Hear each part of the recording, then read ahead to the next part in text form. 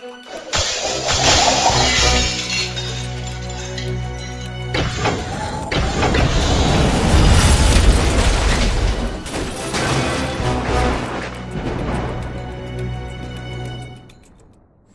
and on more than one occasion, that was my cry. And the answer is that we have mixed the message of who God is. We've mixed the old covenant law with its law of sin and death in with the message of God's grace and His goodness. And we've created an unholy abomination that you can't have both. You can't be forgiven and justified and free from the law of sin and death, but yet still worried about the punishment and the curse of the law. Only in the mind of a believer we try and make that fit, and it drives us crazy. And the big issue is this. I don't want to go too much longer, but I'll show you the separation.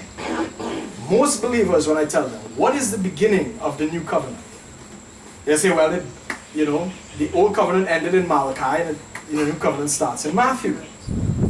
Now that's true to a point in terms of the name of the section of the book is called the New Testament. But that's not how Paul described it. Well, the author of Hebrews, we don't know who wrote Hebrews. But Hebrews said this: for there to be a testament, there must be a death of the tester. Otherwise, the testament is not in force as long as the person is alive. What he's saying is, yes, I'm not saying Jesus is not God. I'm not saying he didn't teach new covenant theories. But the beginning point of the new covenant is at the death of Jesus Christ, with the shedding of blood. Galatians 4:4 says, he was born of a woman under the law to redeem those under the law. So some things Jesus said are not talking to us. Some things he's talking to the Jews. But we don't make that distinction. We think, well, everything he said must be for us. But remember, there was a warning. There was a problem with the law. It said, if you obey these things, Deuteronomy 28, if you obey, here are the blessings. If you disobey, here are the curses. Israel was in rebellion from day one. And he had given them time to repent.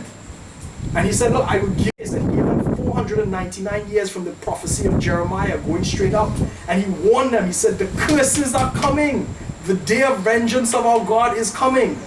That's not for us, guys. That is the ramifications of breaking God's law. And if you read it through, that is what he's talking about. He's warning Jerusalem. And he cries out, Jerusalem, Jerusalem, oh, how I long to gather thee. They weren't obeying. God is bound by the law to punish them for what they've done. It's not that he wanted to. But the law, if I have a contract with you, Laura, it binds you and it binds me.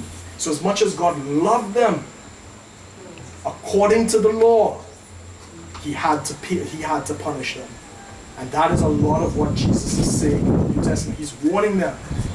Right? Broad is the way that leads to it doesn't say hell, it says destruction. He's talking about if you don't come to the knowledge of Christ and you hold on to this temple system that God's going to destroy, you will go down with them.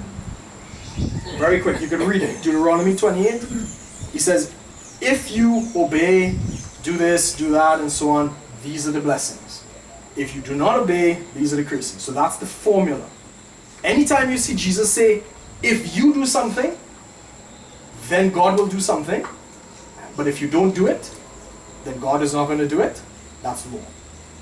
Because it always starts with man's action and God responds to man. New covenant grace is this. As we read it in, what is it? In Romans? No, it's Hebrews. Hebrews chapter 8.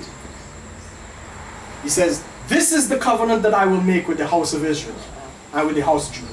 I will put my spirit within them. I will be merciful to their injustice. I will. Nothing from you. So anytime you see it, that I will forgive. I will be merciful. That is new covenant. But it has nothing to do with us. We now respond to what God has done. So old covenant law is whatever you do, God responds. New covenant is God has already done. I respond to God.